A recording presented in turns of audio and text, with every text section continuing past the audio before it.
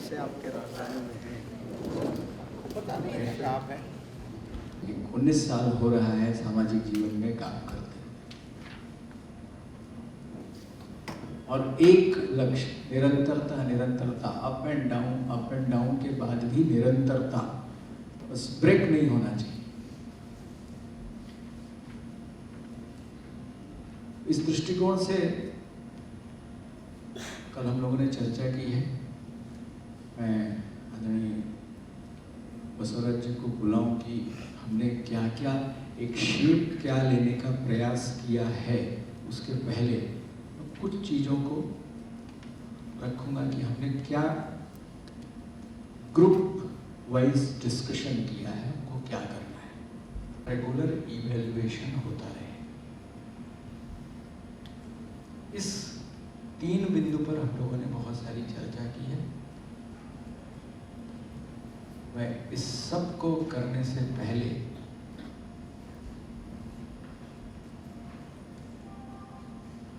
एक छोटी सी घोषणा करना चाहूँगा। हमने गुजरात में इस काम को आगे बढ़ाने के लिए कोई एक हो जो दिन रात इसके लिए पागल बने। कोई भी काम बिना उसके होता नहीं है।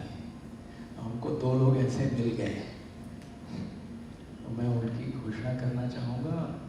आदरणीय रूपाला जी से चाहूँगा कि वो लोग कल्पेश जी और धीरेन्द्र जी दोनों लोगों ने स्वयं से आगे आकर के, मैं एक समय बचाने के लिए, क्योंकि हम लोग थोड़ा लेट हैं, तो मैंने कई सारी चीज़ों को कर्टल करके यहाँ पे, क्योंकि आप हमारे लिए सबसे महत्वपूर्ण मार्गदर्शन के रूप में और काम को सस्टेन करने के लिए आपका बहुत बड़ा आशीर्वाद मिला है आदरणीय रूपाला जी। क्योंकि यह काम को करने के लिए जितना अच्छे महत्वपूर्ण लोगों को हमको जोड़ने में रूपाला जी ने बहुत बड़ा रोल निभाया है। आदरणीय रूपाला जी, आदरणीय बसवराज जी, अंजलि बहन, आदरणीय मेहता जी, सज्जनों और देवी,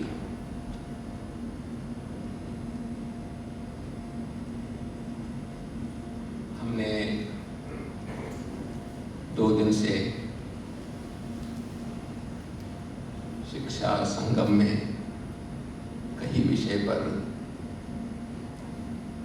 चर्चा हुआ, उद्बोधन हुआ, कुछ देखने के लिए दृश्य माध्यम से कुछ चीजें मिले। इसके अलावा आगे का रास्ता में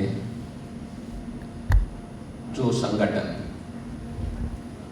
हम लोग एक विचारधारा का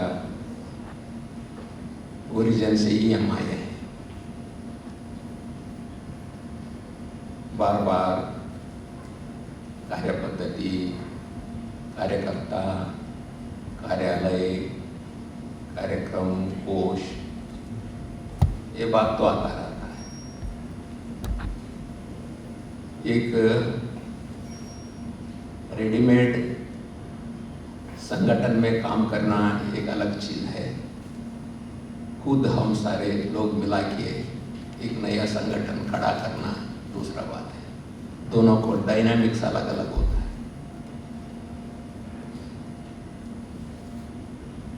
सबसे पहले संगठन के लिए तो मिशन चाहिए।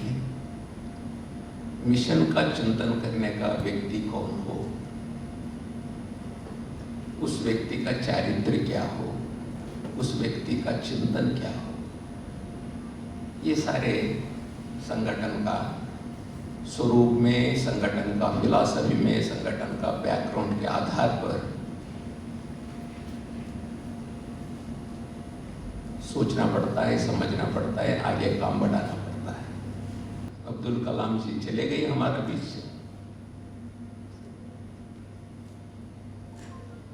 आगे का अब्दुल कलाम जी कौन हो, ये बात तो मन में रहेगा। लेकिन व्यक्ति आधारित संगठन होते होते वैचारिक एक बहुत बड़ा वृक्ष जैसा खड़ा होने के बाद इसके लिए संगठन का सूत्र हम बनाना पड़ता है। हमारा कार्यक्षेत्र निश्चित है, शैक्षणिक क्षेत्र। फिर शिक्षा क्षेत्र में इतना संगठन काम कर रहा है देश पर, फिर भी हमारा संगठन का जरूरत क्या है, ये प्रश्न तो कई लोगों का मन में होगा। आज फॉर एग्जाम्पल हमारा रेड्डी जी वंदे मातरम फाउंडेशन से जो है कई विषय रखा, खुद अनुभव पर। कई संगठनों का ऐसा अलग अलग अनुभव है, रहना भी चाहिए प्रदेश के अनुसार, सामाजिक परिस्थिति के अनुसार, वहाँ का आर्थिक जीवन के अनुसार एक शैक्षणिक संगठन का अलग अलग अनुभव होता है। इसका मतलब ये नहीं है हमारा विचार ही श्रेष्ठ, ऐसा नहीं होता। सबका विचार श्रेष्ठ मानते हुए भी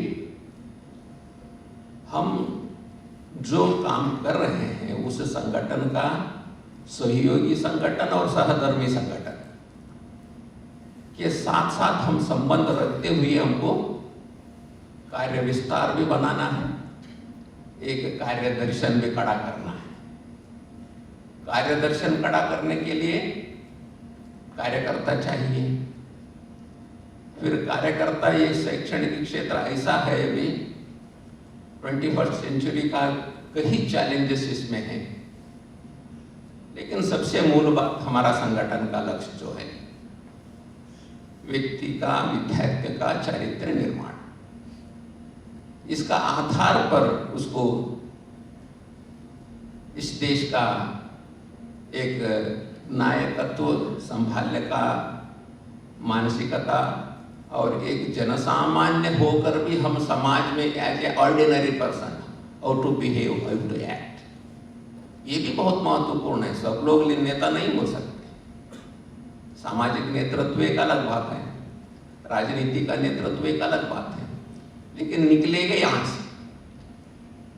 लेकिन यहाँ सारे दिग्गजों ने काम किया हुआ लोग है, ऐसा कोई एक ऐसा व्यक्ति नहीं है कहीं ना कहीं संगठन से नहीं जुड़े हैं। संगठन का अनुभव भी है, संगठन का आधार भी है, संगठन का चिंतन भी है, संगठन का सहयोग भी है। फिर हम अभी समर्थ और स्पेशली लीड इंडिया का बात जो हम कर रहे हैं,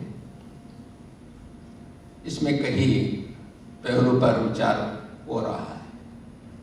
कल रात भी हम लोग बैठे थे 8-10 लोग, और 3 सत्र में कल अलग अलग कंटेंट क्या हो, कार्य पद्धति क्या हो, संगठन क्या हो, इसका 3 ग्रुप में भी 3 चर्चा हुआ, उसका प्रस्तुति हुआ। उसमें हमको उस आधार पर फिर रात में एक टीम का नाट्य चिंतन भी हुआ। ये सारे मिलाकर आज का सेशन में तो कई महानुभाव उन लोगों का संगठन का काम का बारे में, कार्य का बारे में बहुत अच्छा चित्रण रखा। कई लोगों को उसका प्रेरणा भी मिला है। कुछ लोगों का मन में प्रश्न भी रहे होंगे, नेचुरल, स्वाभाविक है। इसका आधार पर हम लीड इंडिया किस तरफ लेके जाना, ये बात सामने होकर के आए हैं। सबसे पहला संगठन और संगठन का कार्य पद्धति। कंटेंट तो मिला है, content is ready. Content Abdul Kalam ji बहुत चीज़ें छोड़ के गए हैं और आप लोगों का अनुभव से कंटेंट का कोई प्रश्न नहीं है। प्रश्न अभी हम यहाँ से संगठन आगे बढ़ाना और 2020 तक आदरणीय अब्दुल कलाम जी का मिशन को फुलफिल करना। ये जो गैप है, और इस गैप का मेन कारण अब्दुल कलाम जी हमारा साथ नहीं रहे, वो भी एक महत्वपूर्ण बात है। आदरणीय बसवराज जी का नेतृत्व में लीड इंडिया आगे बढ़ने का एक संकल्प भी किया है, वो भी बहुत बड़ा तपस्वी है, इस क्षेत्र में काम भी कर रहा है।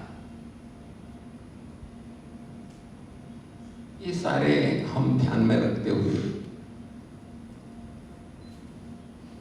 मतलब चारा है, चरित्र है, चिंतन है, फिर आगे बढ़ने के लिए कार्यकर्ता और कार्यकर्ता के लिए हमारा कार्य पद्धति, इस पर गहरा से चर्चा हुआ। जो हमारा टारगेट्स जो है कार्य करने का, स्कूल का टारगेट, उसमें चिंतन उभर के आए। 3 तरह का स्कूल्स आप देख सकते हैं। वन इज गवर्नमेंट स्कूल्स, दूसरा गवर्नमेंट एडेड स्कूल्स, तीसरा सेल्फ फाइनेंस कहिए, ये कॉर्पोरेट कल्चर्स का स्कूल का संख्या बहुत अधिकतम आ रहा है। चौथा जो है वो स्पिरिचुअल बैकग्राउंड का, रामकृष्ण मिशन हो, रमण महर्षि का हो, अरविंद आश्रम जी का हो,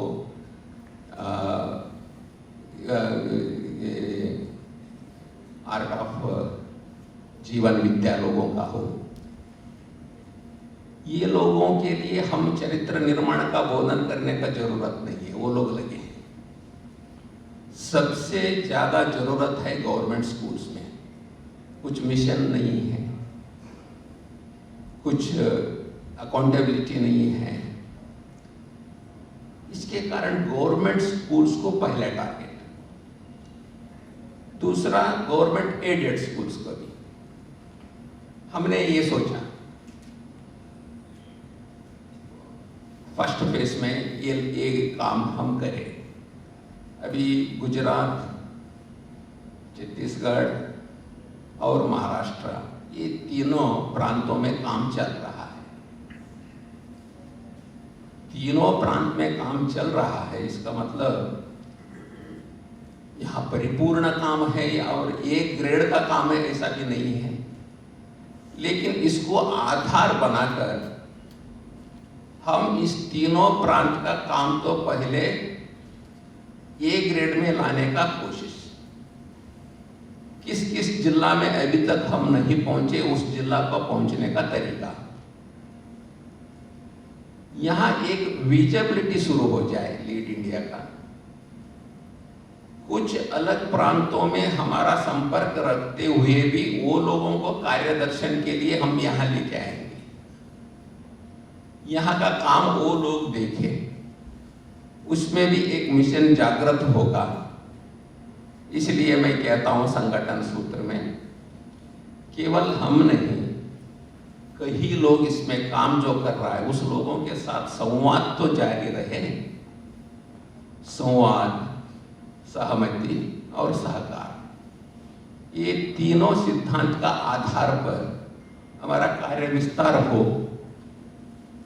अन्य प्रांतों में जो हम आइडेंटिफाई किया है उसमें कम से कम एक आदरणीय रूपालाई जी का जैसा एक व्यक्ति एक प्रांत में मिले, उस व्यक्ति का आधार पर हम वहां काम खड़ा करने का कोशिश किया जाए। मैं इसलिए कहता हूं यहाँ जो लोग हैं केवल गुजरात के लिए सीमित लोग नहीं है, देश का अन्य भाग में अच्छा संपर्क रखने वाला भी है, रिसोर्सफुल पर्सन्स का साथ संबंध भी रखने वाले हैं। ये कार्य विस्तार में ये हम लोगों का सदुपयोग सहकारी होगा। ये विचार जो 3 प्रांतों का काम मजबूत करते ही यहाँ का कार्यदर्शन के लिए अन्य प्रांतों का शैक्षणिक क्षेत्र में रुचि रखने वाला विशेषतः शिक्षण संस्था चलाने वाला और ज्यादा उपयोगी हमारे लिए होगा। इसके लिए हमको चाहिए कार्य पद्धति। ये अभी ज्यादा लीड इंडिया अभी भी अनुभव लेना है, क्योंकि अनुभव के आधार पर ही हम कार्य पद्धति का भी क्लैरिटी ज्यादा मिलेगा। क्या फुल टाइमर का नाते संगठन चलाना है, क्या प्रोफेशनलिज्म से चलाना है। प्रोफेशनलिज्म मतलब कई चीज होता है, हम चरित्र निर्माण करने के जाके फिर मॉडर्न एजुकेशन में जाते हैं, उसमें संस्कार और संस्कृति गायब न हो, ये भी ध्यान में रखना है। ये सारे चीज अनुभव के आधार पर हम कार्य पद्धति का ज्यादा क्लैरिटी मिलते जाएगा। इसीलिए कुछ प्रांतों का टारगेट हमने तय किया, जो वहाँ का संबंध है, वहाँ का लोगों का रिसोर्सेस है, वहाँ का लोगों का जो हमारा साथ संपर्क है, इसके आधार पर कुछ जिला कर्नाटक में, कई जिला तमिलनाडु में, अर्धा स्टेट वेस्ट बंगाल में और राजस्थान और हरियाणा, ये टारगेटेड स्टेट्स हैं नेक्स्ट 2017 के। इस स्टेट में कार्य करने के लिए एक विशेष सीमा है। बिना लोकल लैंग्वेज तमिलनाडु में हिंदी नहीं चलेगा, बंगाल में बंगाली चाहिए, कर्नाटक में कन्नड़ चाहिए। ये भी हम ध्यान में रखकर जो ट्रेनर्स हैं, उसी प्रांत का ट्रेनर्स को हम चुन के उसको ट्रेनिंग देना पड़ेगा, ये भी बात है। इसलिए ये सारे कई मुद्दे पे आदरणीय रूपाली जी के नेतृत्व में हम सविस्तार इस विषय पे सोच हुआ है। कुल मिलाकर ये जो कार्य चल रहा है, इसमें 3 स्टेट अभी जो एग्जिस्टिंग है और 5 स्टेट टारगेटेड है। इसके आधार पर ही हम आगे काम बढ़ाना है, और जो शिक्षण क्षेत्र में काम कर रहा है, कई मॉडल है उसमें, उस लोगों के साथ हम संवाद जारी रखना। कहाँ कहाँ होता है सहमति का बिंदु से हम काम में उस लोगों का सहयोग हम दे, हमारा काम में वो लोग दे। इसी के लिए हमारा तरफ से एक संपर्क रखने वाला एक व्यक्ति तो चाहिए, और उसके आधार पर शैक्षणिक क्षेत्र में एक हम जो चाहते हैं, आज का पीढ़ी पोटेंशियलिटी तो बहुत है, लेकिन कहीं ना कहीं संस्कृति और संस्कार से डिस्कनेक्ट होता जा रहा है, ये अनुभव भी है हमारा। लेकिन जिम्मेवारी वो लोगों का नहीं है, जिम्मेवारी हमारा पुराना पीढ़ी का है। वो जो आप व्यवस्था क्या खड़ा किया उससे निकले हुए हैं, स्पेशली आफ्टर द ग्लोबलाइजेशन 1992-95 से जो जन्म लिया है, उस पीढ़ी को ये बदलता हुआ भारत को पकड़ने का एक मैकेनिज्म आज भी हम पुराना लोगों का सोच और आज का आधुनिक पीढ़ी का सोच में जो अंतर आया, एक बार घबराहट खड़ा होता है इस देश में। ये गैप को भी हम समझना चाहिए। जो आज का पीढ़ी जो सोचता है वो सारे गलत है, ऐसा भी हम नहीं कह सकता। कहीं तंत्रज्ञान का वजह से, चिंतन का वजह से, ग्लोबलाइजेशन का एक दौरा जो चल रहा है, अभी देश में इंटरनेशनल स्कूल्स भी आने वाला है आगे। उसके साथ हमारा संबंध, हमारा संपर्क, हमारा स्पर्धा क्या हो, कैसा हो, ये भी एक बड़ा लक्ष्य में हम सोचना भी पड़ेगा। ऐसा लीड इंडिया का एक अभी जो ज्यादातर काम भाई मनीष मंजुल का बहुत बड़ा वर्क प्रेशर समझ लो, उसका हेल्थ पर भी असर मैं देखा हूँ। और जो व्यक्ति का पोटेंशियलिटी इस संगठन में आगे बढ़ाने के लिए उसको समय चाहिए, वो समय केवल इधर कंटेंट क्या रहे, कार्यक्रम का स्वरूप क्या रहे, ट्रेनर्स क्या रहे, इसमें ज़्यादा समय उसका विनियोग हो रहा है। लेकिन आगे का दृष्टि से ये ठीक भी नहीं है।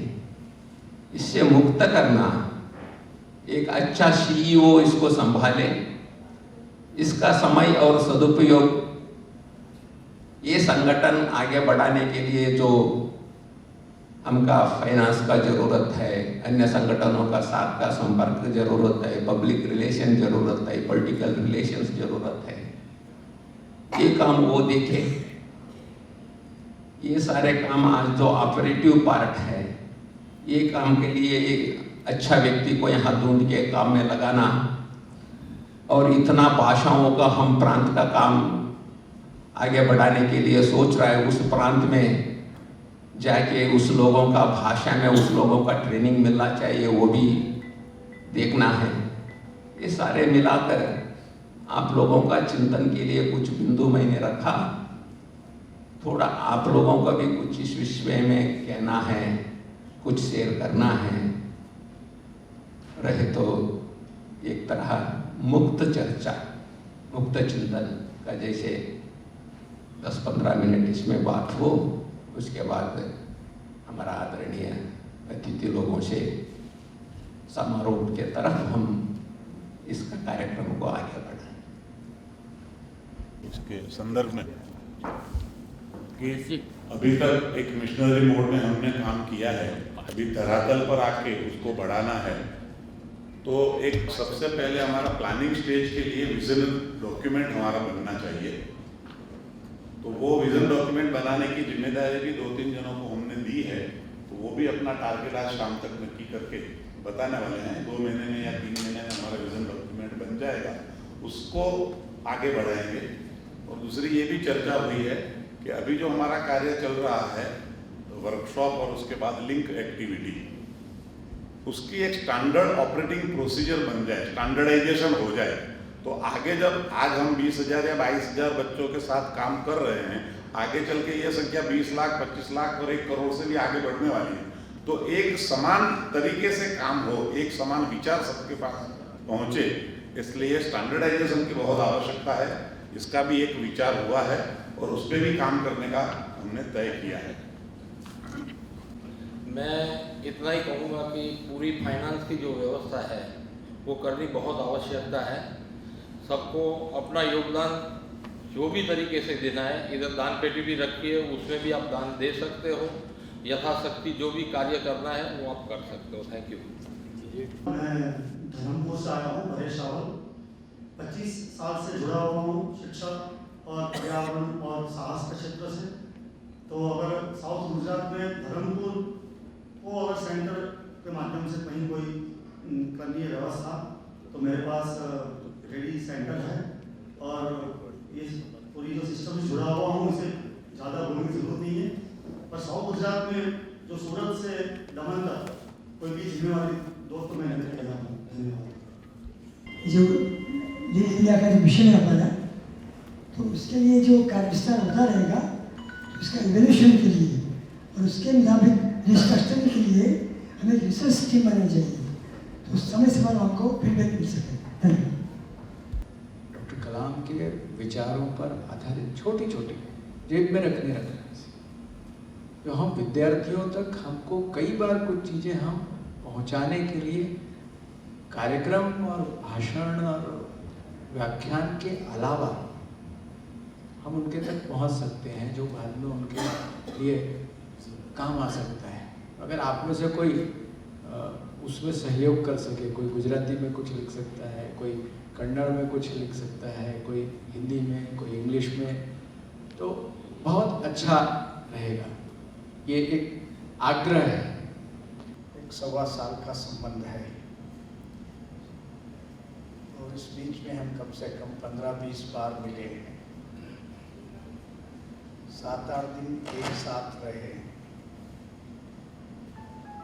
और आज इस प्रकार का कार्यक्रम की जब योजना बन रहे थे तो उसमें भी मेरा एक पात्र था। अब गाड़ी कैसे बढ़े, इसमें मेरा व्यवहारिक 2-3 बात आपके सामने रखता हूँ। नंबर 1, जैसा भी आपने अंत में कहा, कोई एक ऐसा किताब जो भारत के सभी भाषाओं के अंदर हमको एक टारगेट तय करना होगा। इंसान का मेमोरी शार्ट होता है। 1 साल पहले लगभग हमारे बीच में वो जिंदा थे। जब 1 साल के बाद उनका जब बर्थ सेलिब्रेशन आया, यूएनए ने उनका बर्थडे बनाया, भारत ने नहीं बनाया। इतिहास के पन्ने में लोग भूलते जाते हैं। हमको उनके नाम पर उनके विचार को लेकर एक देश को झकझोरना है, नई पीढ़ी को। इस नाते से उस काम के लिए फर्टाइल लैंड बनाने की दृष्टि से कम ये तय करना होगा कि एक 10 लाख किताब हिंदी, अंग्रेजी और अन्य प्रांतों के भाषा के अंदर जो लाखों विद्यार्थी और अभिभावकों के हाथ में चले जाए। अब मेरे संस्था में मैं अभी तक इस कालखंड में 800 किताब मैंने अंग्रेजी के अपने यहाँ में बेचा हूँ। और हमारे यहाँ के एक प्रसिद्ध लेखक गुरुराज जी को आप जानते हैं, उनसे शिक्षा क्षेत्र से जुड़े, उनसे आग्रह किया कि आप किताब प्रिंट कीजिए 100 पेज के अंदर, हम इसको कर्नाटक के घर घर पहुँचाएंगे। लेकिन अगर वो लीड इंडिया करेगी, उसमें अंत में 4 पेज लीड इंडिया का कार्यक्रम, योजना और सिलेबस रहेगा, तो फिर लोगों को रास्ता मिलेगा। तो इस नाते से कहीं से भी हो, उसका लीड इंडिया के नेतृत्व में बनेगा तो उसका रिटर्न और उसका कंटिन्यूएशन के दृष्टि से लाभ होगा। सबसे पहली आवश्यकता विद्यार्थियों को टीचर तैयार करना, प्रशिक्षण देना। ये एक काम, ये लंबा काम है। जब जमीन साफ होता है, बाद में फसल आप कुछ भी डाल लीजिए, कैसा भी उसका रक्षा कीजिए, इट इज ए सेकेंडरी है। लेकिन स्पेशली क्योंकि वो कोई बड़े संत नहीं थे या कोई बड़े राजनेता नहीं थे, लेकिन उनके प्रति देश के करोड़ों लोगों की जो श्रद्धा है, उसे जिंदा रखने के लिए सीडी हो उनका भाषण का या उनका ऐसे किताब हो, लाखों लोगों तक 2020 के अंदर पहुंचाने का पहला काम करेंगे। तो हम नेटवर्क से आगे जाते कि नहीं जाते, फिर हमको 5 साल का 10 साल का लीज मिलेगा, जिसके आधार पर हम अपनी वास्तविक काम को आगे बढ़ा सकते हैं। इस दिशा में जरूर ध्यान होना चाहिए। नंबर 2, जब काम कम है तो आप सारे भारत में जो समय देकर काम करने के लिए आते हैं, अन्य राज्य से 1-2 लोगों को लीजिए, उनको अपना एक ढंग से टटोल कर एक अच्छा प्रशिक्षण करके रखिए। पहले जहाँ जिधर से जो बुलाता है उधर भेज दीजिए। वो 2 स्कूल करेगा, 4 स्कूल देखेगा, 5 स्कूल देखेगा। शुरू से ही ज़्यादा नियम लगाएंगे, फिर स्कैटर नहीं होगा। सीईओ का काम तो तब बढ़ेगा जब काम बहुत जगह हो जाएगा। तो इस बहाने पहले 6 जोन में पहुंच जाइए। आप 1 स्कूल से पहुंचिए या 25 स्कूल से पहुंचिए। This is need of the hour. ये दूसरा काम है जिसको हमको पहुंचना।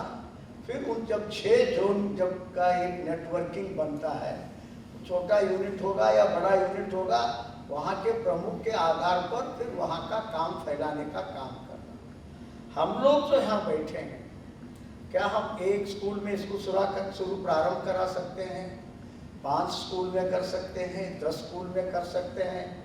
और जब अपनी प्रभाव इतना रहता है तो एक स्कूल में भी एक ऐसा सोशल थिंकिंग टीचर होता है अगर उसको भी ट्रेनिंग कराकर एक स्कूल का काम हम इजीली चलाया जा सकता है। बाद में अगर उसकी कैपेसिटी अच्छी है तो स्कूल से छुट्टी कराकर इसका फुल टाइमर बना के काम दीजिए। लेकिन इस नाते से दूसरा काम हमको बैठे हुए लोगों को स्कूल को आइडेंटिफाई करना, अगर उस स्कूल में कोई ऐसा आदमी है तो वो, या नहीं तो भाई आप आदमी दीजिए हम ये स्कूल में इम्प्लीमेंट करेंगे, ऐसा ट्रेनिंग की। ये दूसरा way of the expansion of the work in beginning first 2-3 year.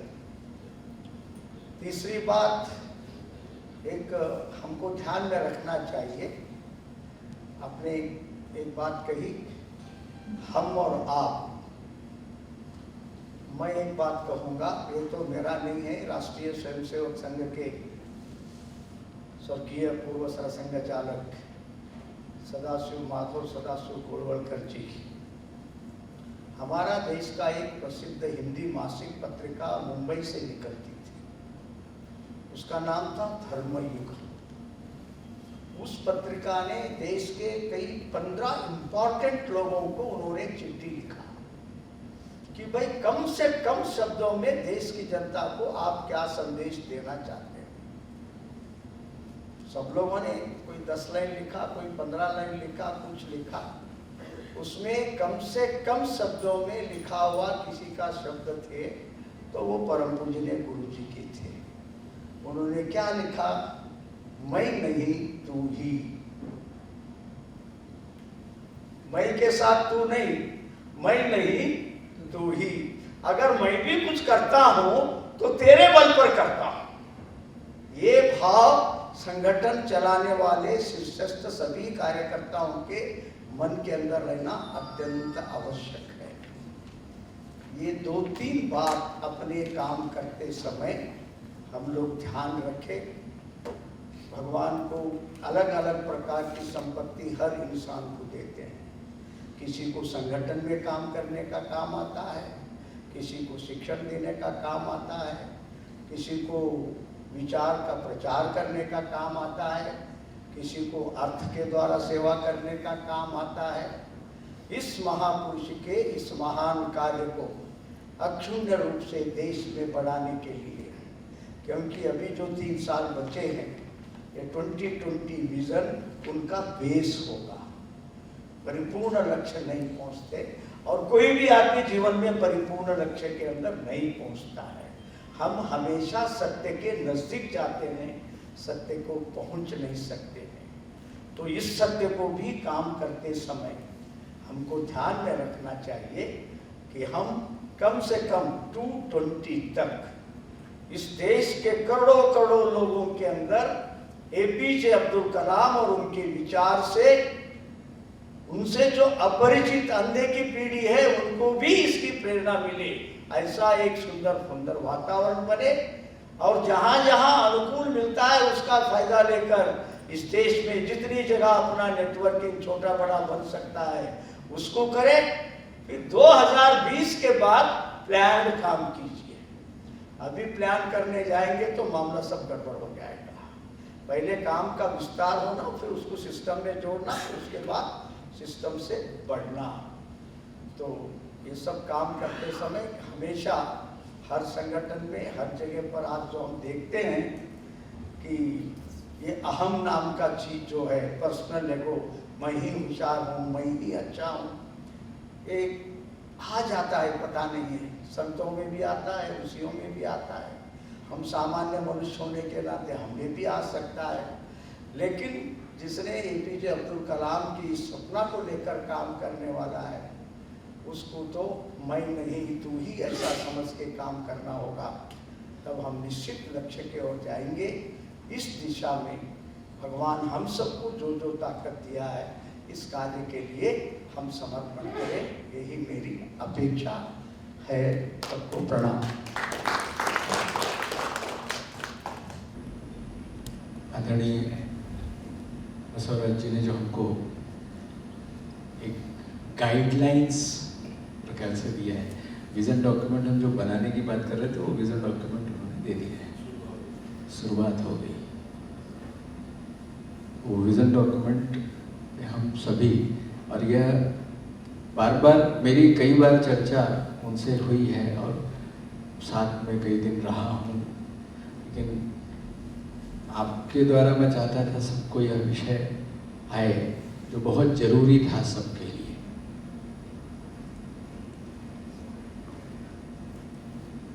इस कार्यक्रम का आज समापन नहीं है, यहाँ से इस विजन डॉक्यूमेंट और उसके आधार पर प्रेरणा लेकर के आगे काम करने की शुरुआत, एक शॉर्ट टर्म गोल कि हमको 2020 तक में जो करना है। तो बाल स्वरूप में हम अभी काम कर रहे हैं और युवा अवस्था में जाना है, तरुणाई में जाना है, युवा अवस्था में जाना है। उस तरफ जाने से पहले हमारा संकल्प बहुत आवश्यक है, और उस संकल्प पे काम करने के लिए कैसी भी कठिनाई आती है तो वह स्वीकार करना होगा, और उन सब कठिनाइयों में आगे बढ़ते जाना और निरंतरता रखते हुए हम इस काम को करने का जो संकल्प लिया है उसके लिए हम ऐसा विश्वास आप सबकी तरफ से आपको दिलाते हैं कि वह निरंतरता नहीं टूटेगी, चाहे कितनी भी तकलीफें आए या जाए। कार्यक्रम के उत्तरार्ध में मैं हमारे संरक्षक, मार्गदर्शक और इस लीड इंडिया कार्यक्रम और समर्थ को आगे बढ़ाने में आदरणीय आनंद शंकर पंड्या जी का बहुत बड़ा, लगभग 15 वर्षों से उनका इन्वॉल्वमेंट रहा है। और उन्होंने एक बार आदरणीय रूपाला जी को फ़ोन करके कहा कि मैंने बहुत दिनों तक अब संभाला है समर्थ को और मनीष को, अब आपको मनीष के सर पे हाथ रखना है, ऐसा उन्होंने कहा था। रूपाला जी जब मुझे जुलाई 2015 में वो विदेश से आए और उन्होंने कहा कि चिंता मत करो, मुझे पंड्या जी ने बोला है तो मैं वो करूँगा, और उन्होंने 96 साल तक इतना कुछ किया है तो अब हम तो कर रहे हैं। तो यह एक सौभाग्य का विषय है कि हमें, विशेष करके मुझे एक बहुत बड़ा सौभाग्य मिला है कि मैं अपनी उम्र से डबल और बहुत ज़्यादा लोगों का मार्गदर्शन मुझे जीवन में बहुत मिलता है, और कई बार कान भी खींचा जाता है और पीठ पे हाथ भी अच्छे से रखा जाता है,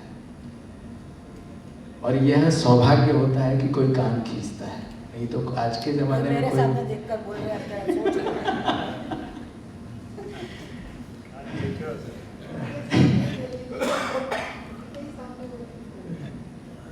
ये बड़ा सौभाग्य होता है कि कोई कान खींचे, नहीं तो आजकल कोई कान खींचने से डर लगता है कि कान खींच दिया तो कोर्ट में पहुंच गए। तो मैं चाहूँगा कि आदरणीय रूपाला जी को हम सभी की तरफ से अंजलि दीदी भगवत गीता और नारियल का फल, श्रीफल और गीता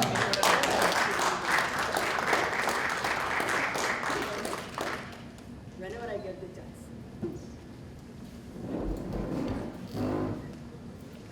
अगले वर्ष वहाँ आने की प्रेरणा मैं चाहता हूँ कि हम सबको क्या क्या करना होगा तब तक के लिए, वह हमारी गाइडलाइन क्या होनी चाहिए, वो हमारा परिश्रम किस दिशा में होना चाहिए। मेरे वरिष्ठ साथी राज्यसभा में जो मेरा मार्गदर्शन कर रहे हैं बसवराज जी, और ज़्यादातर उनको मुझे डांटना ही पड़ता है, अंजलि बहन, महेश भाई, बसवराज जी, भाई मनीष और आप सब, अब 2 दिन से चिंतन कर रहे हैं और गुजरात में कर रहे हैं, इसलिए आप सभी का तहे दिल से गुजरात में स्वागत करते हुए मुझे बहुत गौरव हो रहा है। शिक्षा संगम ऐसे टाइटल से काम हो रहा है। बसवराज जी ने जो रास्ता बता दिया है तो उसी रास्ते से हम चले। मैं इसको जो समझा हूँ वो मैं आपके सामने रखने की कोशिश करूँ, ताकि इसमें फिर आपके मन में भी और चल रहा हो, मेरे मन में भी कुछ और चल रहा हो और हम और कुछ चला रहे हो, ऐसा ना हो। अब्दुल कलाम जी ने इस देश के बारे में जो सोचा, और इसमें भी खास करके शिक्षा प्रणाली के बारे में उन्होंने जो सोचा और उस पर उन्होंने जो एक विचार रखा, उसका नाम लीड इंडिया है। और लीड इंडिया का उनका मेरे हिसाब से जो अर्थ निकलता था, जो मैं समझा हूँ, वो ऐसा था कि अभी तक हमारी मान्यता ये है कि टू लीड इंडिया का मतलब जो नरेंद्र मोदी कर रहे हैं उसी को ही सारा देश लीड इंडिया मानता है। मतलब पॉलिटिकली ही लीड होता है, उसी को ही लीड मानता है।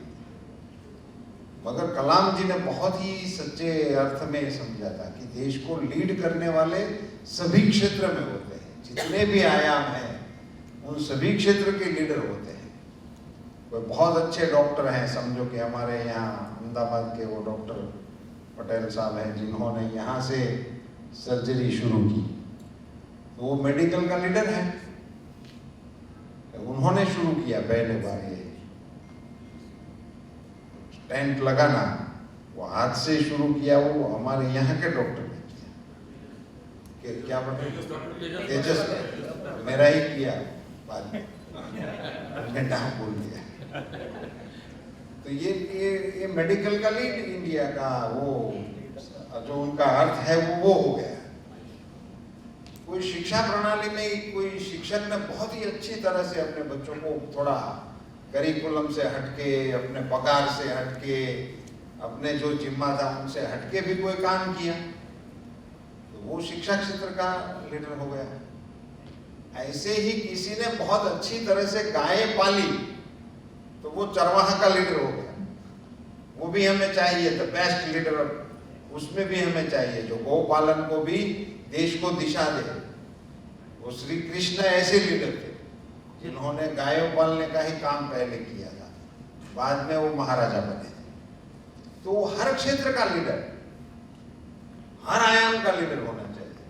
और ये विचार नहीं होने की वजह से हम अभी क्या अपनी शिक्षा प्रणाली में हो गया है कि सबसे अच्छे मार्क लाओ, मेडिकल में चले जाओ, उससे कुछ कम रह जाओ, इंजीनियरिंग में चले जाओ, इससे कुछ कम रह जाओ, आईटी में चले जाओ, उससे भी कुछ कम रह जाओ तो और जो पॉलिटेक्निक डिप्लोमाज वगैरह वगैरह हैं उसी में चले जाओ, और फिर कहीं कंपटीशन ना बच जाए तो शिक्षक बन जाओ। और वो फिर सारे देश को आगे बढ़ाने का ठेका लेके घूमते रहे। तो ये जो प्रणाली है, इसलिए इनको अभी जो हम कर रहे हैं उसको शिक्षा शब्द से कुछ अलग कर देना चाहिए। तो जो चल रहा है उसमें हमें कुछ ऐड करना है या तो इनको मॉडिफाई करना है, इतना ही हमारा काम है ना। तो जो रासायनिक प्रक्रियाएं होती है उसी में कुछ डालते हैं, उसको उद्दीपक बोला जाता है, कैटालिस्ट, ऐसा शब्द केमिस्ट्री में आता है। तो मुझे लग रहा है कि हमारा काम सिर्फ कैटालिस्ट का ही है, इससे ज्यादा अपना काम नहीं है। और वो हमको करने के लिए कौन कौन शिक्षा संस्था वाले अवकाश देते हैं और हम उसमें कैसे काम करते हैं, यही शायद हमारे काम का स्वरूप है। तो मैं ये मानता हूं कि इसको एक बार नेशनल ऑर्गेनाइजेशन के फोरम पे बसवराज जी इनको आइडेंटिफाई कर देना चाहिए। कैसे भी करो, टेक्निकली करो, रजिस्टर करो, जो भी करो, मगर एक इसको आइडेंटिफाइड हमको कर देना चाहिए कि हम इस काम को, मैं जो समझा उस अवधारणा को लिखा जाए, ऐसा आप सबको मिलकर करना चाहिए। मुझे लिखना नहीं आता, वरना मैं भी थोड़ा बहुत लिख के आपको देता। मगर अपने कोलेशन करने में उस क्लास में हम गैरहाजिर रहते थे। जब भी कोई शिक्षक होमवर्क देता था तो दूसरे दिन मैं उसी क्लास से गैरहाजिर रहता था। तो लिखने की प्रैक्टिस नहीं पड़ी है और वक्तृत्व के सभी क्लास अटेंड की। तो अभी सब रोज भाषण ही मुझसे करवाते रहते। ये तो अभी हो गया जो हो गया। तो अभी ये लिखने का है तो इसको आप मठारिए कि किसको रजिस्टर करवाओगे, कैसे करवाओगे, 10 का 11 का जो भी कुछ आपको फॉर्म लगे, ऐसा करके इसको एक नेशनल ऑर्गेनाइजेशन करें और इसका प्रियम्बल उसको इसमें डाल दे कि हम शिक्षा को ये लीड इंडिया के कॉन्सेप्ट से लैस करना चाहते हैं। हमारी शिक्षा प्रणाली से बाहर निकलने वाले हमारे नई पीढ़ी के युवकों को हम कुछ इस प्रकार से अतिरिक्त, जिसे अभी निकल रहा है ये कौशल्य स्किल्ड का जो अभी हमने आज शुरू किया, वो वही है ना। वो सारे बीए तो हो ही रहे थे, बीएससी हो ही रहे थे, इंजीनियर हो ही रहे थे, डिप्लोमा हो ही रहे थे, आईटीआई कर ही रहे थे, फिर भी इसको ये कौशल्य का देकर उसी में इनको स्मार्ट कर रहे हैं। तो ये ऐसी बात नहीं है लीड इंडिया की कि इसको थोड़ा स्मार्ट करना है, ये भूमिका अपनी नहीं है। कलाम जी के मन में भी जो था वही था, ये देश ये वैल्यू आधारित शिक्षा का देश है। और आजादी के बाद हमारी जो संरचनाएं हुई उसी में ये लोग इनको भूल ही गए। तो अब रसोई तो बन ही गई मगर उसमें नमक रह ही गया, तो अब फीकी लग रही है, तो अब इसको हम बाहर से डालने की कोशिश करें। और ये जब तक हम नहीं डालेंगे तब तक अभी स्टूडेंट बहुत ही ब्रिलियंट आ रहे हैं। नई पीढ़ी को कोसने की न तो कोई आवश्यकता है न तो कोई जरूरत है। ये तो बिल्कुल गलत रास्ता है। इनको तो हम जितना जल्दी इसमें से निकल जाए बाहर वही अच्छा है। नई पीढ़ी बल्कि हमसे बहुत ही अच्छी और बेहतरीन है, ये मेरा विश्वास है। बहुत ज्यादा होशियार है। हम अभी उन आयु के लड़कों को, जिन भी आयु के बच्चों से आप मिलोगे और अपनी उस आयु की तस्वीर इनके साथ रख के कंपेयर करोगे तो पता चलेगा कि इस आयु में मेरी क्या स्थिति थी। तभी हमको पता लगता है ना। हम कहते हैं कि ये बच्चे ठीक नहीं कर रहे हैं, बच्चे ये नहीं कर रहे हैं, मगर हम इतने थे तब क्या कर रहे थे, तो पता लगता है कि उस समय हमारा जो IQ का लेवल और जो भी सारी चीजें थी, इनसे ये बच्चे बहुत आगे हैं। अभी मेरे मोबाइल को मेरे बच्चे रिपेयर कर सकते हैं, मैं नहीं कर सकता। इसमें कोई भी तकलीफ आ जाती है तो वो 1 सेकंड में कर देता है, और मुझे तो बस यही तकलीफ आ गई इतना ही पता चलता है। तो वो इसमें है, इसका हमें उपयोग करना चाहिए। अभी इनमें कई और भी अच्छी खूबियां होंगी क्योंकि हम इनके करीब नहीं गए हैं। हम सिर्फ यूं ही रहते हैं कि हमसे डरते क्यों नहीं है। ये पुरानी आदत, हमको बहुत डराया गया था तो हम भी यही चाहते हैं। सासू माओं का झगड़ा बहुओं से और है क्या? वो इनका ऐसा कुछ नहीं है कि उन पर जबरदस्ती वो कुछ करना चाहते। उनको तो सिर्फ ये है कि मेरे साथ हुआ था मैं तुझसे क्यों ना करूं, उतना ही है। अभी वो चाहती है कि इनकी बहू भी खुशहाली रहे, सुखी रहे, मगर उनको जो डांट दी थी इनकी सास ने वो भूलती नहीं सकती। इसलिए वो किसी भी सूरत में डांटे तभी इनको आनंद आता है। तो ये सारी चीजें हैं, हमें इनमें जाना नहीं चाहिए। हमें तो एक ही कथा याद रखनी चाहिए कि बिल्कुल अनायास अप्रयास एक हरिश्चंद्र का नाटक हुआ और इस देश के एक बच्चे ने उनको देख लिया और मन पे ले लिया, तो देश को महात्मा गांधी मिल गए। एक ही बात गांधी जी ने खुद लिखा है। हरिश्चंद्र तारामती का नाटक मैंने पहली बार देखा, मेरे मन पर इतना असर हुआ और सत्य शब्द उसी से उसने अपने जीवन में प्रस्थापित कर दिया। उसी आयु में जब वो बीड़ी भी पीते थे, घर में से पैसे भी चुराते थे, झूठ भी बोलते थे, सारा कुछ सब कुछ जो करते थे बच्चे करने चाहिए उस उम्र में, सारा सब कुछ करते थे, बल्कि और कुछ थोड़ा ज्यादा भी करते थे। मगर उसके मन पर ये इस नाटक को देखने का इतना गहरा असर हो गया। तो हम कार्यकर्ताओं को, शायद मेरे सामने आपका जो पत्र मिला था उसमें लिखा था कि कार्यकर्ता का क्या भूमिका होनी चाहिए। हम सबकी ये भूमिका होनी चाहिए कि हमारे देश के बच्चों में, जहां से हम शुरू करते हैं और जिस लेवल तक हम काम करें, उसी के मन में हमारे देश की जो नीति थी, हमारे देश के जो मूल्य हैं, वैल्यूज हैं, उनको इनके मन पर प्रस्थापित करने के लिए कैसे काम करना चाहिए। इसके रास्ते भी हमारे देश में बहुत जगह से हमको मिलेंगे, इनके बहुत कथानक हमको मिलेंगे, उसको रजू करने के अलग अलग तौर तरीके भी हो सकते हैं। इसका जो किसी ने जिक्र किया कि इसका स्टैंडर्ड फॉर्म होना चाहिए, वो इसी में सारी चीजें आप डाल सकते हैं। कैसे करेंगे? ये नाटक हरिश्चंद्र तारामती का ही सबको दिखाएंगे ऐसा नहीं होगा, ये हो भी सकता है, मगर इसे हर एक चीज सत्य के लिए, मेहनत के लिए, प्रामाणिकता के लिए, आज्ञा पालन के लिए, माता पिता के प्रति आदर के लिए, जो भी अपने मन में है। और मैं तो मानता हूं कि ऐसे 5-15 वैल्यूज को भी प्रिस्क्राइब कर देना चाहिए। दुनिया भर के वैल्यूज भी अपने बच्चों को जब उसके माथे पे नहीं डालने चाहिए, 5-15 सिलेक्ट कर लीजिए जो अपने राष्ट्र के लिए आवश्यक है और जो अपने आप तय कर सकते हैं कि इतने ही। और इसको बच्चों के मन पे डालने के लिए कौन सी चेष्टाएं हमें करनी चाहिए, वो आपका सिलेबस बन जाए। और इसका व्याप बढ़ाना, फिर ये संगठन को बढ़ाना, तो मैंने तो पहले ही बताया था कि ये ऑर्गेनाइजेशन जो बहुत अच्छे तरीके से चल रहे हैं, उन्हीं की पैटर्न पे हमको चलना चाहिए, जो चल ही रहे हैं। देश में कई उदाहरण हैं हमारे पास, उसी में हम सबको, उसी मोड़ पे हमको चलना चाहिए। और धन संग्रह वो किसी भी काम के लिए अनिवार्य है, तो इसमें संकोच करके बातें करनी नहीं चाहिए।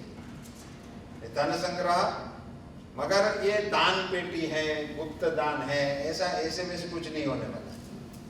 ये कोई मंदिर हमको नहीं चलाना, ये दान पेटी से वो ऐसी प्रवृत्ति में जुड़ना ही नहीं है। और ये दाएं हाथ से दे, बाएं हाथ को खबर ना पड़े, ऐसे नहीं है। अभी तो चेक से ही देना है और इनकम टैक्स वालों को भी खबर लगना चाहिए, ऐसे ही करना है। ऐसी चीजें बहुत पुरानी थी, ये कोई गौशाला थोड़ी चला नहीं, कोई माता जी का मंदिर हो, ऐसा हो, उसी में सब चलता है। पांजरा फोड़ हो, पंखियों के लिए दाने हो, उसी में ऐसा रहता है। ऐसे काम नहीं करने। ये तो हमको पहले गांव में, जहां भी समझो कि आज अहमदाबाद में बात करनी है, तो अहमदाबाद के प्रोमिनेंट 100 लोगों को इनविटेशन देना चाहिए, इनके सामने खड़ा होकर बोल सके, ऐसे अपने विचार के 2 आदमियों को उसके बीच में रखना चाहिए। हमारे विषय की संस्तुति करनी चाहिए और उस संस्तुति के आधार पर हमारा जो व्यय करने का इरादा है उसका रिकॉर्ड हमको इन सबको बताना चाहिए कि हमें इस पर खर्च करना है और इसमें हमें आपका सहयोग चाहिए। मैं तो ये चाहता हूं कि इसके लिए बहुत ही 1 पेज का अपना लिखा हुआ चार्टर होना चाहिए कि हम इस प्रकार से खर्च करना चाहते हैं, इस काम के लिए हमको इस प्रकार के व्यय की आवश्यकता है, क्या आप हमारा सहयोग दे सकते हैं? ऐसी चिट्ठी लेकर हमको भेजोगे तो 10 जगह पे मैं खुद जाऊंगा और हम सबको जाना चाहिए। और मैं तो गया भी हूँ, मुझे ऐसी कोई आपत्ति भी नहीं है। जो काम मुझे पसंद है उस काम करने में कोई शर्म की बात ही नहीं है। तो एक काम ऐसा होता है कि वो ऐसे भी हमको बंदों को ढूंढना चाहिए।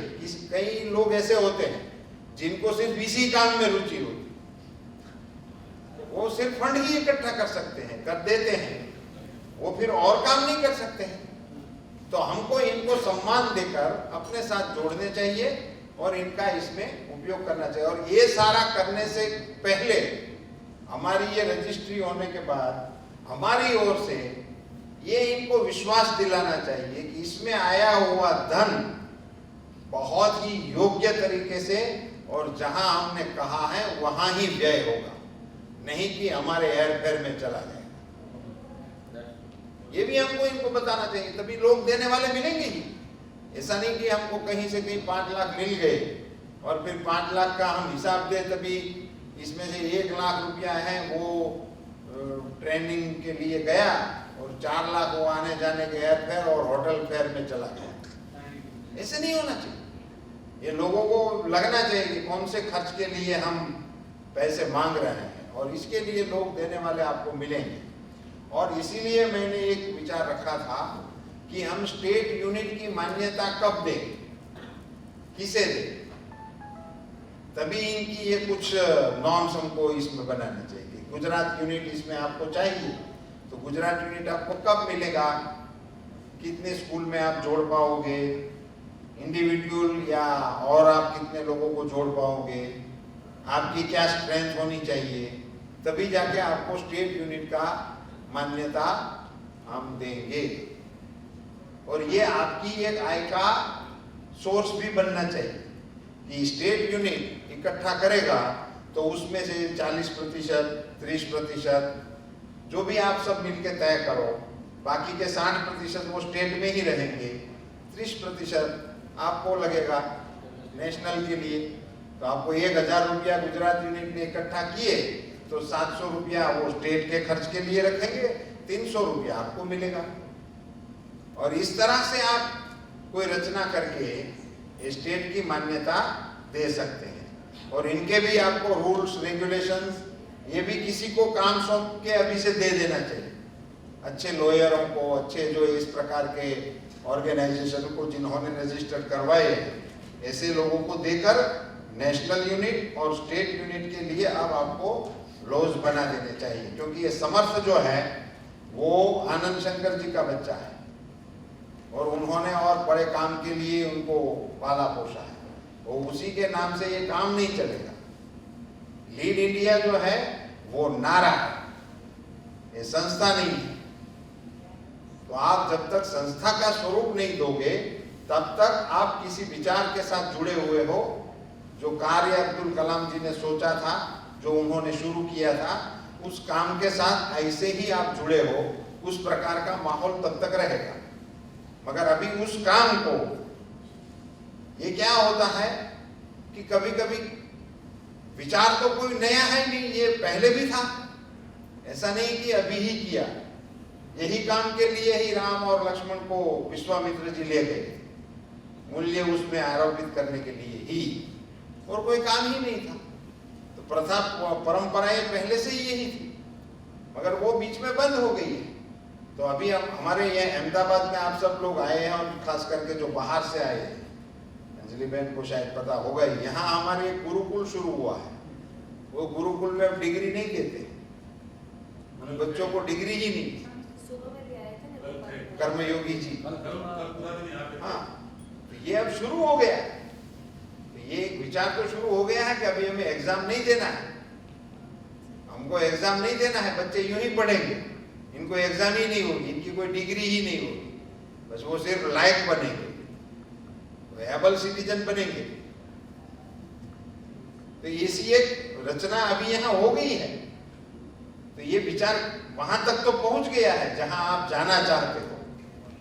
तो वो मूल्यों के लिए हमको, अगर हमारे यहाँ क्या हो गया है कि शिक्षा प्रणाली जो है उसमें अभी जो परिवर्तन आ रहा है वो इसमें सेल्फ फाइनेंस का जो जोक बढ़ रहा है, इसके चलते अभी हमारे समाज में एक बहुत ही बड़ा,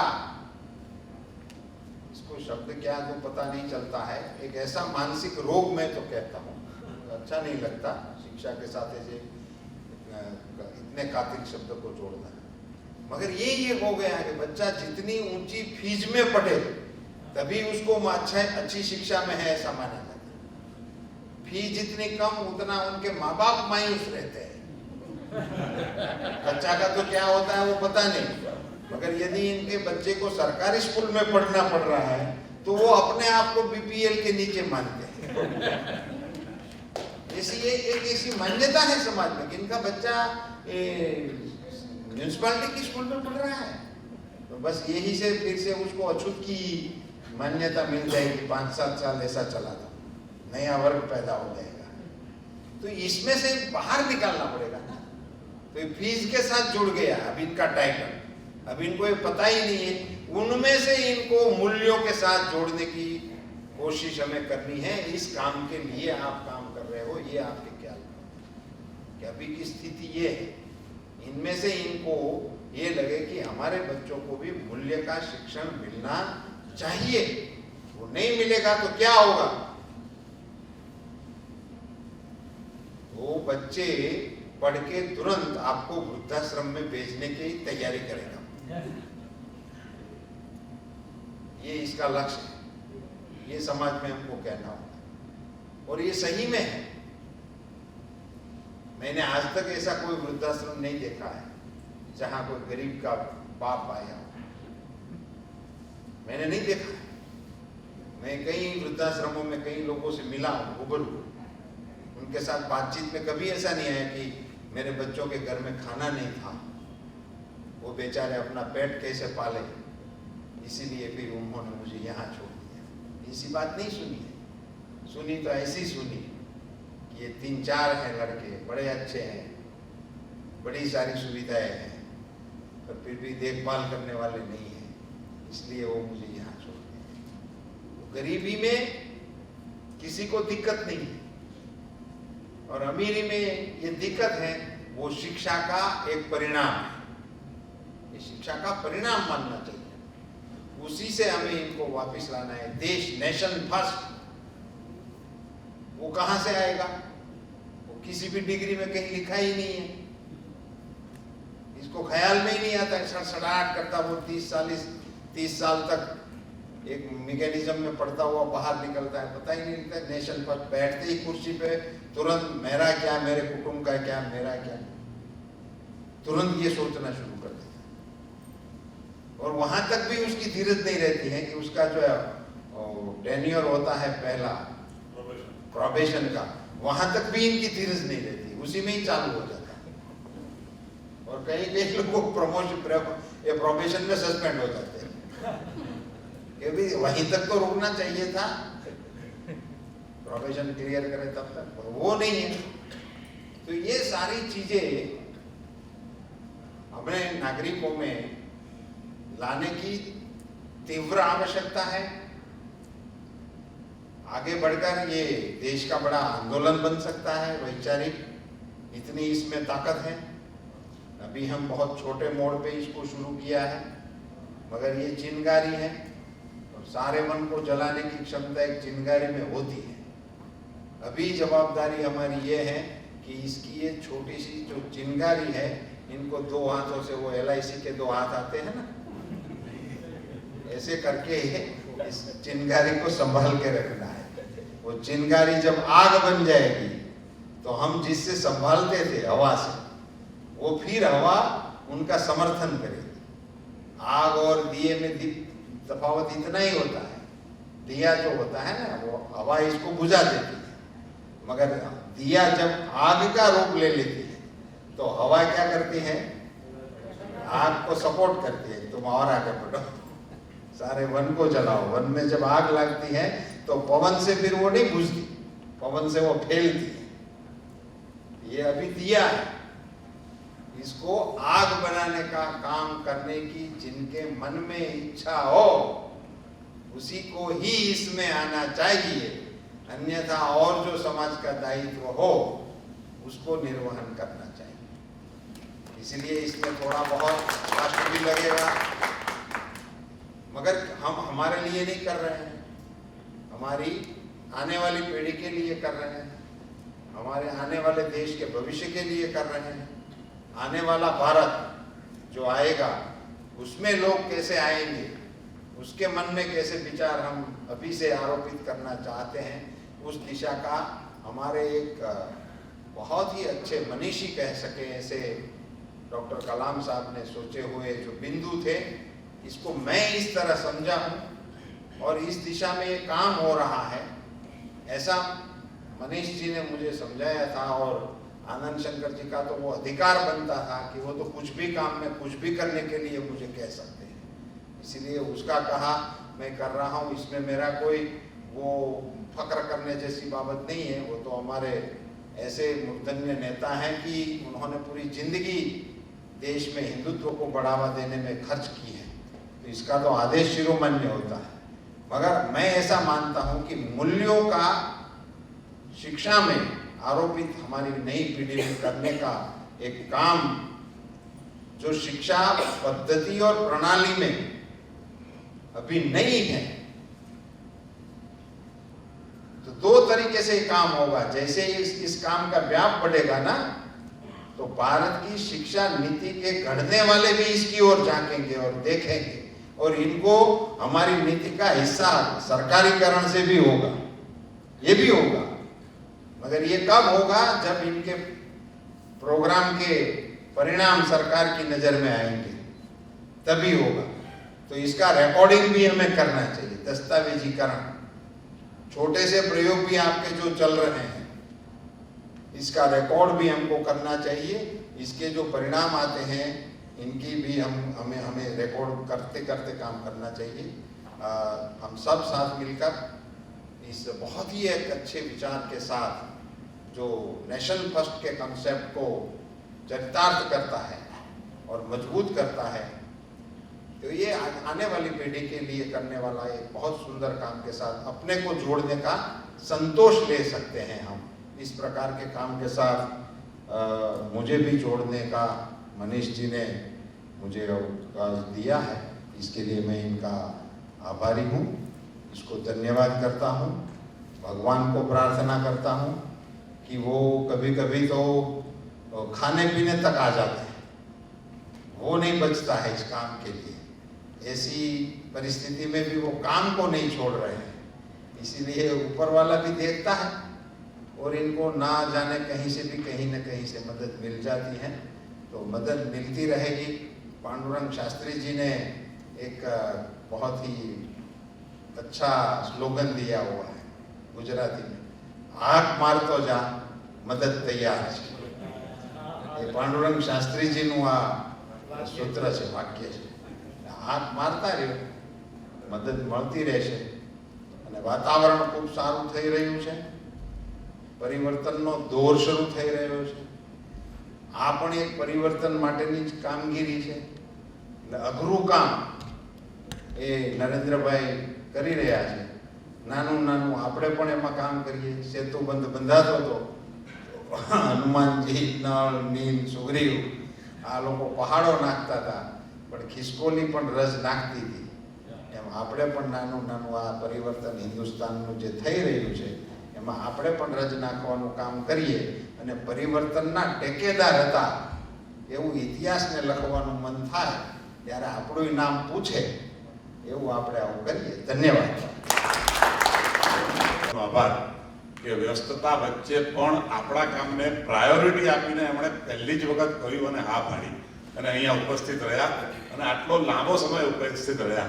નહીં તો આપણને અનુભવ એવો છે કે ભાઈ કહ્યું છે મને 20 મિનિટ માટે મારે બોલવાનું છે તો 20 મિનિટ માટે આવીને જતા રહે, પણ એવું નહીં કર્યા કરતા આપણા બધા કાર્યકર્તાઓ જે બેઠા છીએ એમાંના એક પોતાને પણ કાર્યકર્તા સમજીને એમણે અહીંયા ઉપસ્થિતિ આપી છે, ઉપસ્થિત રહ્યા છે, હાજરી આપી છે। આપણા બધા વતી અને સમર્થ વતી અને લીડ ઇન્ડિયા આંદોલન વતી હું એમનો આભાર માનું છું। सॉरी, मेरी गलती हो गई, मैं हिंदी में बोलता हूँ उनका वो दोहराऊंगा नहीं, पुरुषोत्तम भाई ने समझ लिया है। ऐसे बोलो। पूरे भारत में से विभिन्न प्रांतों में से कई कार्यकर्ता यहाँ आए हुए हैं, अपना समय दिया है, व्यस्तता में से यहाँ उपस्थित रहे हैं। उन सब का सभी का भी समर्थ, वो तो समर्थ का हिस्सा ही है, फिर भी उनका प्रति मैं कृतज्ञता प्रकट करता हूँ और धन्यवाद प्रकट करता हूँ। कई स्थानिक अहमदाबाद के और गुजरात के बहुत शॉर्ट नोटिस पे कार्यकर्ता उपस्थित हुए हैं आज के दिन में, उन सभी का मैं आभारी हूँ। कई वॉलंटियर्स के नाते कार्यकर्ता 2 दिन और पिछले 10-12 दिन से काम में लगे हुए हैं। ये जब निश्चित किया तब हमारे पास बहुत कम समय था, पर कम समय में भी सुंदर आयोजन हुआ है। तो जिन जिन ने भी प्रत्यक्ष या परोक्ष रूप से काम में हाथ बटाया है उन सबका मैं आभारी हूँ। विशेष करके जब हम यहाँ आए गुजरात स्टेट कोऑपरेटिव बैंक को स्थान हम ढूंढ रहे थे, तो ऐसा सुंदर स्थान, बिल्कुल बात कही हमने यहाँ के चेयरमैन श्री अजय बी पटेल को, और 1 मिनट में ही उन्होंने हाँ बोल दिया कि आप इसका उपयोग कर सकते हैं। नहीं तो उनकी बैंक की ट्रेनिंग शेड्यूल की हुई थी 25 और 26 तारीख को, और उसको साइड में रखते हुए हमें ये स्थान दिया हुआ है, निवास व्यवस्था दी हुई है, भोजन की व्यवस्था दी हुई है, ये हॉल सुंदर मिला है, और यहाँ के जो कर्मचारी गण है कैंटीन वगैरह का, यहाँ की व्यवस्था का, सबने बहुत सुंदरता से हमको सहकार दिया है, सपोर्ट दिया है, उन सबके भी हम आभारी हैं। प्रेस मीडिया ने भी, हमारी जो प्रेस कॉन्फ्रेंस थी परसों, उसमें उपस्थित रहे हैं, उनका भी मैं आभारी हूँ। और बहुत शॉर्ट नोटिस पे आज का जो इसके पहले का सत्र था, विविध संस्थानों से जो लोग आए वक्ता, उन्होंने 15-20 मिनट में अपने अनुभवों का निचोड़ उन 15-20 मिनटों में रखा। तो समर्थ और लीड इंडिया कार्यक्रम के साथ कैसे हम एक दूसरे के साथ जुड़ सके, वो एक हमको अलग से विजन मिली है, जो रूपाला जी ने अपने भाषण में भी कही, तो वो हम एक दूसरे के साथ जुड़ने का प्रयास करेंगे। उन्होंने जो ये अनुभव कथन हमको कहा है, उन सबका भी मैं आभारी हूँ, और किसी के लिए आभार व्यक्त करना रह गया हो तो अंत में सबको प्रणाम करते हुए, हाँ, और इस सत्र से पहले हमारे गुजरात प्रांत के शिक्षा मंत्री श्री भूपेंद्र सिंह चुड़ासमा भी यहाँ उपस्थित थे, उन्होंने भी अच्छा मार्गदर्शन दिया, उन्होंने भी स्थान प्राप्त करवाने में किसी न किसी स्वरूप से हमको सहायता की हुई है, और मोरली तो वो हमेशा हमारे साथ रहे हुए हैं। जैसे पुरुषोत्तम जी सीधा कहते हैं कि मैं तो इस कार्यक्रम का एक हिस्सा हूँ, वैसे भूपेंद्र जी के पास कभी भी गए हैं इस कार्यक्रम के लिए तो वो तुरंत हमारे साथ में खड़े रहे हैं, उनके प्रति भी मैं अपनी कृतज्ञता प्रकट करता हूँ। धन्यवाद। फुल टाइम कार्यकर्ता हैं, उनको वो चाहती हैं कि अपने हाथ से, और हमके हमारे लिए बड़ा गौरव होगा, उनको वो भगवत गीता अपने हाथ से देना चाहेंगी। मैं चाहूँगा कि जितने भी फुल टाइम लीड इंडिया से जुड़े हुए लोग हैं वो यहाँ आए। भुवनेश्वर जी, भुवनेश्वर साहब जी, गलती से गुजराती आ गई है तो हिंदी मेरे पास बाद में चेंज करवा, ये हिंदी ये और आगे ज़्यादा काम करना। सुरेश बाबू, हंसते रहना, ऐसा हंसते काम करना।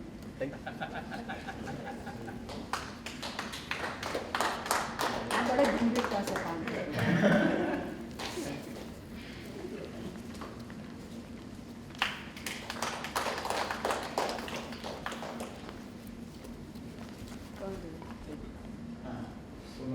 जयप्रकाश नहीं आया। जयप्रकाश,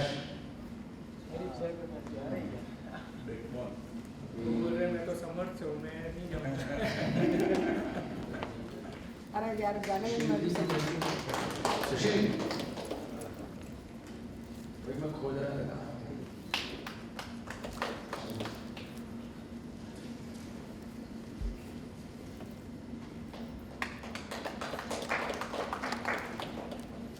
अर्चना, हाँ, अर्चना ऐसे बैठे में थी, अरे कौन कहाँ है? कुछ भी कर जाए तुम भागना मत, जुड़े रहना।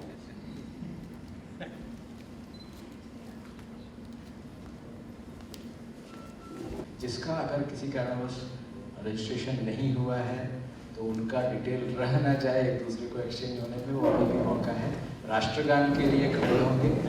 राष्ट्रगान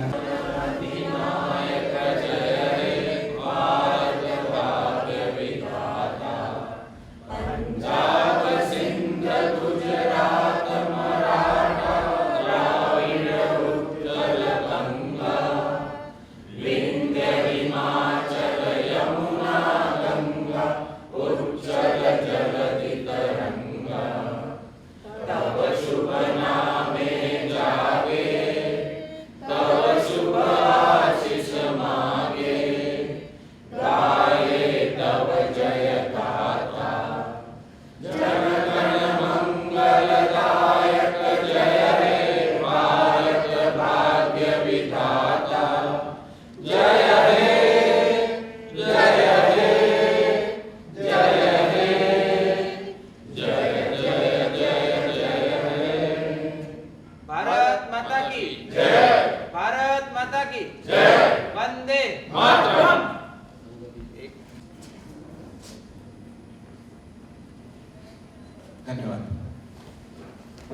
ये समर्थ का शिक्षा संगम का ये कार्यक्रम जो गुजरात में अहमदाबाद में संपन्न हुआ, ये एक बहुत ही विजनरी कार्यक्रम है।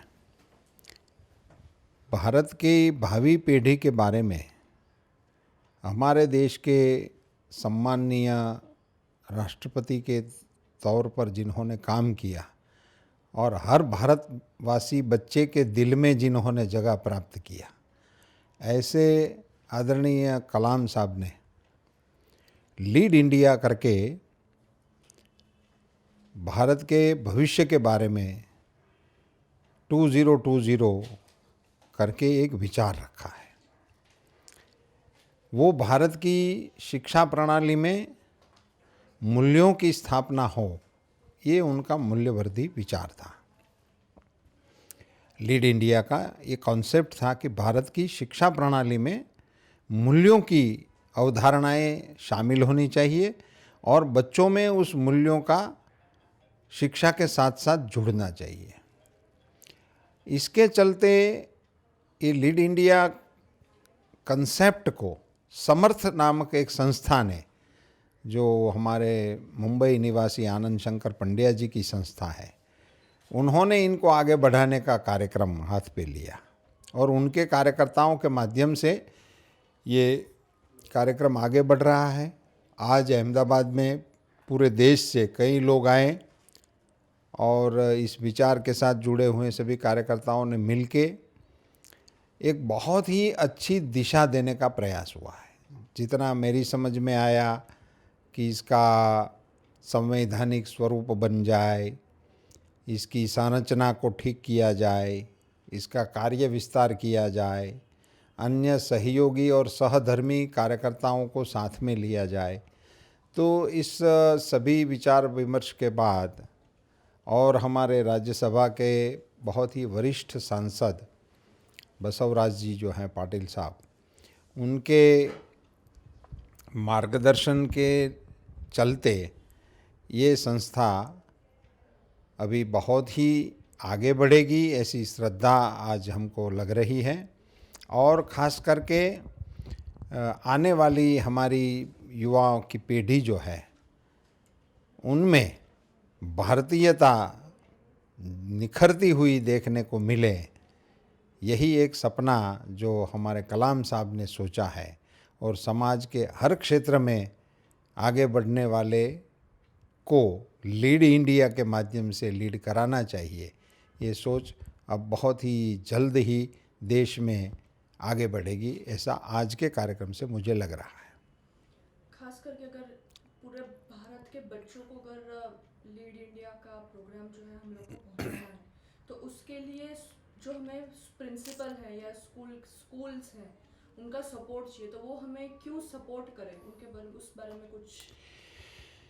ये आपने बहुत ही अहम मुद्दा उठाया है कि संस्था चलाने वाले जो है, जैसे सरकारी संस्थाएं भी हैं, सरकार के सहायता से चलने वाली संस्थाएं भी हैं और अपने आप ही अपने पैसों से चलने वाली सेल्फ फाइनेंस की संस्थाएं भी हैं।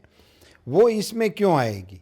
वो इसमें इसलिए जुड़ेंगे कि जब इनको देखेंगे, ये जो अभी के हमारे लीड इंडिया टीम के माध्यम से जिन शालाओं में कार्यक्रम लिया जाता है, जिन बच्चों के साथ जुड़ के वो कार्यक्रम करते हैं, उस शाला के बच्चों का परिणाम पे जो असर आ रहा है वो वहाँ देखने को मिल रहा है। इसलिए जिन जिन को इस बात की जानकारी मिली है वो तो सामने से जुड़ रहे हैं। अभी काम इतना ही बचा है कि इनकी व्यापकता बढ़े, उनका अवेयरनेस आए कि ये क्या हो रहा है, कैसे हो रहा है। इनकी जानकारी हम जितनी मात्रा में ज़्यादा फैलाएंगे, उतनी ही ज़्यादा मात्रा में ये सारी संस्थाएं इस कार्यक्रम के साथ जुड़ेगी। आपकी तरफ से जो स्कूल्स हैं उनको अगर कुछ मैसेज देना चाहें तो क्या दे सकते हैं? मैं सभी स्कूल के बच्चों को और सभी स्कूल के आचार्यों को, शिक्षक भाई बहनों को विनम्र निवेदन करना चाहता हूँ कि आप जिन बच्चों को पढ़ा रहे हो, इनका भविष्य आप संवार रहे हो, उस भविष्य में आप इनको भाषा का, विज्ञान का, मैथमेटिक्स का, रमत गमत का इन सारी चीज़ों का ज्ञान आप इनको दे रहे हो। हमारा आपसे अनुरोध है कि भारतीय परंपरा में जीवन मूल्यों का भी अहम मुद्दा है, हमारी जीवन प्रणाली में भी एक ये मुद्दा है। इसलिए तो हम दुनिया की और प्रणालियों से हमको अलग मानते हैं। ये जो हमारी भारतीयता है, हमारी प्रणालियाँ जो हैं, उनको भी आपके बच्चों के शिक्षा दीक्षा के साथ जोड़े, उतना ही काम ये लीड इंडिया के कार्यकर्ताओं के माध्यम से आपके स्कूल में भी हो, इस दिशा में आप सब सोचें और आप सब लीड इंडिया के साथ जुड़े, ऐसी मेरी विनम्र प्रार्थना है। समर्थ का जो प्रोग्राम है वास्तव में लीड इंडिया प्रोजेक्ट, जो कि अब्दुल कलाम का, प्रेसिडेंट अब्दुल कलाम का विज़न था, और उनके विज़न के मुताबिक भारत प्रगति करना चाहता है, तो उनकी जो बच्चों की जो ट्रेनिंग है, उनका जो एजुकेशन है, उसमें 2 प्रकार के एस्पेक्ट्स है। एक यानी जिनको हम प्रोफेशनल एजुकेशन कहते हैं, पढ़ाई लिखाई सब्जेक्ट, और दूसरा है वैल्यू सिस्टम। भारत की विशेषता प्रकट करने वाली जो वैल्यू सिस्टम है वो उनका बेस है।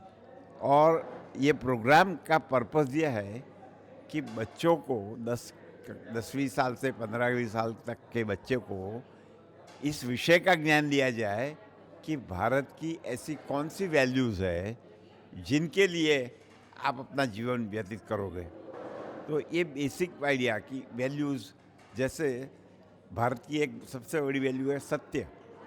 अब सत्य बोलना जीवन का एक बिल्कुल सहज धर्म है, ऐसी बात ये शिक्षण में कहीं आती नहीं है। शिक्षण का पर्पज़ है मार्क्स स्कोर करना, करियर बनाना, पैसे बनाना।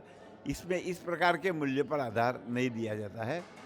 तो हर एक बच्चा जो स्कूल में जाता है उनको इस प्रकार का शिक्षण मिले कि भारत सच्चाई, हार्ड वर्क, इमेजिनेशन, इस प्रकार की सभी बातें बच्चों में आए।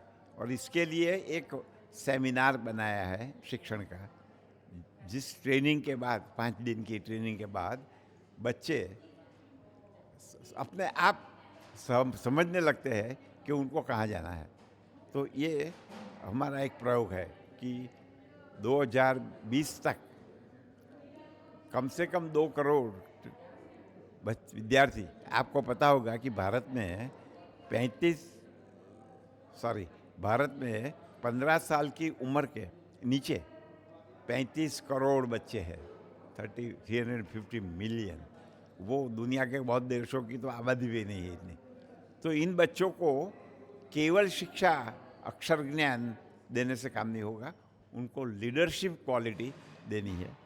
वो लीडरशिप क्वालिटी के जो वर्च्यूज़ है वो इस शिक्षा में दिखाते हैं। और इसलिए ये 5 दिन का सेमिनार बच्चों का और उनके माँ बाप का और शिक्षकों के सभी के जीवन पर एक प्रभाव करता है। ये भारत के लिए बहुत ज़रूरी है, इसलिए शिक्षा देना चाहिए स्कूल में। ये हमारा कारण है।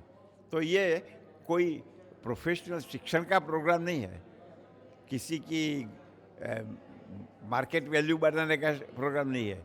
ये है जीवन के मूल्यों को आगे बढ़ाने का प्रोग्राम। ये बच्चों को तो जो ट्रेनिंग करे वो करे, परंतु इसमें पेरेंट्स की ट्रेनिंग और भी ज़्यादा अगत्य की है। अगर पेरेंट्स तैयार नहीं होते हैं, शिक्षक तैयार नहीं होते हैं, तो बच्चों को ट्रेनिंग देना निरर्थक है। सबसे पहले वो दोनों को ट्रेनिंग देनी आवश्यक है।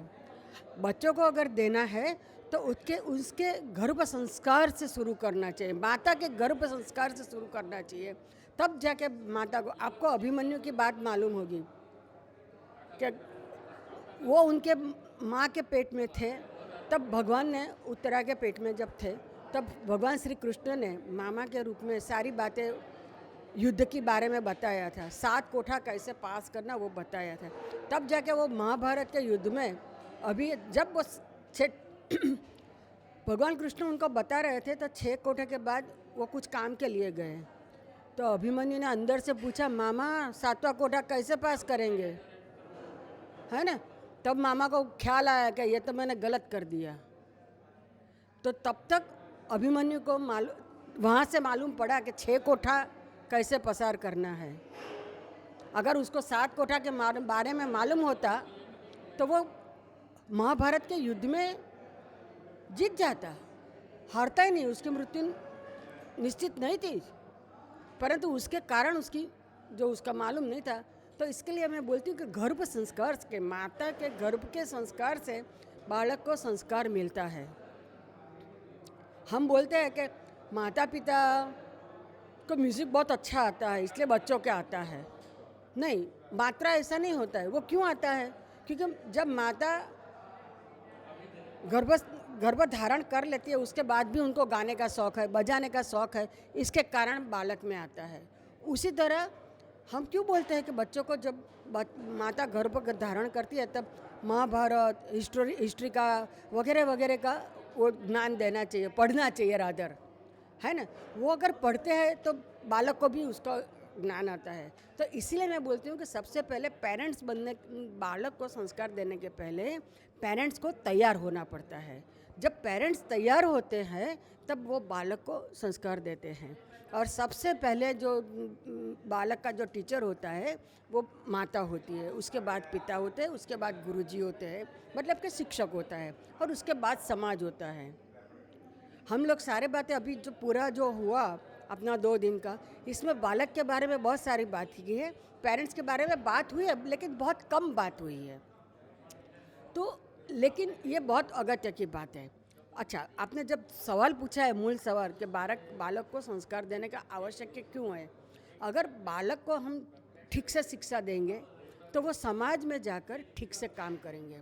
अगर बालक को शिक्षा नहीं दिया तो वो समाज में जाकर क्या काम करेंगे। मुझे अगर ऐसा शिक्षा दिया जाता है कि मार बेटा, आपने मारा है ना उसको, आपके फ्रेंड ने आपको मारा है ना, मारो उसको जाके, वो संस्कार नहीं है। संस्कार को ये बोला जाता है कि नहीं बेटा, पहले उसको जाकर पूछो कि क्यों मारा है, कारण पूछो।